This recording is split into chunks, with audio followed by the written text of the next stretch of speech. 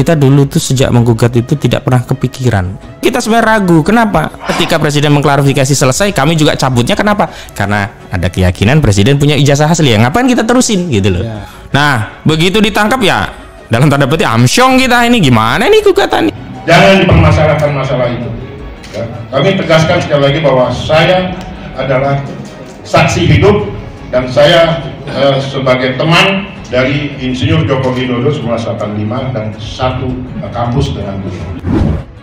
Kalau kita lanjutkan masuk ke pokok perkara kan kalah. Kalau kalah di situ kan nggak bisa gugat ulang, paling hanya bisa banding dan kasasi. Tapi kalau banding dan kasasi dengan status memang bukti tak ada, berat. Dengan status memang bukti tak ada, berat. Saya kebetulan membawa fotografer sendiri dengan kamera saya sendiri. Hasilnya ini. Jadi foto-foto yang beredar itu yang sebagian adalah foto-foto hasil dari kamera saya dan fotografer saya. Ini ada buktinya. Ini masih dokumen saya yang asli pada saat pelepasan wisudawan di Fakultas Kehutanan UGM.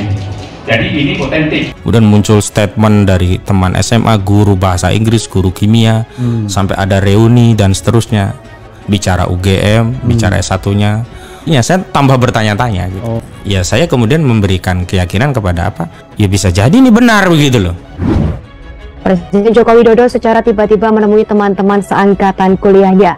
Sempat disinggung isu ijazah palsu Presiden Jokowi yang ditanggapi dengan tertawa bersama. Urusan ijazah palsu.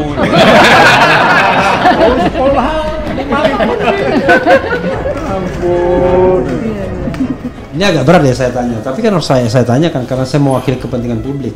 Menurut Bro Ozainuddin, kira-kira apa yang disampaikan Bambang Tri itu meyakinkan nggak? Meyakinkan atau sebenarnya dia bluffing aja? Mulanya ya kita anggap ya 50-50 lah, 50% untuk Bambang, 50% untuk Joko Widodo gitu. Sampai hari ini ya saya tidak bisa menyimpulkan apa-apa karena gugatan itu pun terpaksa kami cabut. Dan kita akan nasihati klien kita. Bambang, ente keliru. Saya sudah ditunjukkan aslinya. Dan analisis ente itu semuanya keliru. Nah, mubalanya bahaya. Bayar kifarat sumpahnya 3 hari paling enggak. Nah. Ya Allah. Ya Allah. Kalau yang saya ucapkan selama ini. Ternyata fitnah. Ternyata fitnah. Ternyata bohong. Ternyata bohong. Ternyata tidak benar. Ternyata tidak benar. Maka hancurkan hidupku. Maka ya Allah. hancurkan hidupku ya Allah. Cabut keberkahan hidupku ya Allah. Cabut keberkahan hidupku ya Allah. Hina-dinakan hidupku ya Allah. Hina-dinakan hidupku ya Allah. Matikan aku. Matikan aku ya Allah. Dalam kondisi kafir. Dalam kondisi kafir. Kufur. Dan mengenaskan. Wah, karena saya itu dulu juara umum, nggak sombong. Ini yang wisuda loh, kan asli loh, Pak, masih ada 85-nya. Ada, oh iya. Tahunnya Pak. Ngono ya. Kalau itu masih ada. Saya kelihatan udah. Yang akhirnya banyak korban karena konten ini. Dan itu ngeri-ngeri sedap. Ngeri-ngeri sedap gitu. Nanti yang ngundang Bambang Tri kena masalah, Bambang Trinya kena masalah, Gus Nurnya kena masalah karena itulah kami buru-buru. Kan kami juga sudah bisa meyakini bisa saja kita mencabut. Kenapa? Karena kita pahami klien kita keliru. Bambang Trimulyono mencabut gugatan terkait dugaan ijazah palsu Presiden Joko Widodo atau Jokowi. Kuasa hukum Bambang Tri, Ahmad Kosinuddin, mengatakan surat pencabutan perkara tersebut telah diterima Pengadilan Negeri Jakarta Pusat hari ini. Surat pencabutan perkara sudah diterima oleh Pengadilan Negeri per tanggal hari ini, 27 Oktober 2022 di Pengadilan Negeri Jakarta Pusat sekitar pukul 14.30 waktu Indonesia Barat. Ujar Kosinuddin dalam konferensi pers yang ditayangkan melalui kanal YouTube-nya pada Kamis 27 Oktober 2022. Ahmad Kosinuddin mengatakan penetapan Bambang Tri sebagai tersangka dan ditahan menjadi salah satu kendala.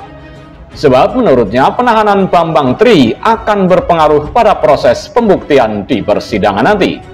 Dalam perjalanannya, ada problem bagi kami jika perkara ini kami lanjutkan, yakni problem terkait pembuktian di persidangan. Karena kami terus terang tidak menduga klien kami Bambang Tri ini ditangkap dan ditahan, tuturnya. Padahal klien kami yang punya akses pada saksi-saksi dan data-data menjadi bahan-bahan pembuktian. Tentu saja ini akan berpengaruh pada proses persidangan. Karena itulah kami bermusyawarah untuk memutuskan apa yang terbaik bagi klien kami, sambungnya. Ia menyebut hanya Bambang Tri yang memiliki akses ke saksi-saksi yang seharusnya dihadirkan dalam persidangan. Sehingga Ahmad Kosinudin menilai hal inilah yang membuat pihaknya sulit untuk memberikan pembuktian. Di mana kalau ini dipaksakan, sementara pembuktian tidak bisa dilakukan oleh Bambang Tri karena ditahan. Saksi-saksi juga tidak bisa diakses karena prinsipal klien kami ditahan sehingga kami tidak bisa menghubungi saksi-saksi tersebut. Dan tentu saja saksi-saksi tersebut tadi hanya percaya pada Bambang Tri. Kalau kami yang menghubungi akan menjadi problem, tuturnya. Oleh sebab itu, Ahmad Kosinudin mengatakan pihaknya mengambil opsi untuk mencabut perkara. Ahmad Kosinudin menilai dengan pencabutan perkara tersebut, maka kasus akan ditutup atau dianggap tidak ada. Nah, ini akan menjadi masalah, oleh karena itulah kami mengambil opsi mencabut perkara, dan dengan demikian sesuai dengan ketentuan perdata. Kalau gugatan perdata, gugatan melawan hukum perdata dicabut sebelum masuk pokok perkara persidangan. Belum ada jawaban dari tergugat, maka harus dianggap tidak ada atau case close dengan status kosong-kosong atau seri, tuturnya. Diketahui sebelumnya, gugatan yang dilayangkan Bambang Tri itu terkait dengan tudingan ijazah palsu pada tingkat SD, SMP, dan SMA yang digunakan saat mendaftarkan pemilihan presiden pada periode 2019-2024. Gugatan itu didaftarkan pada Senin 3 Oktober 2022.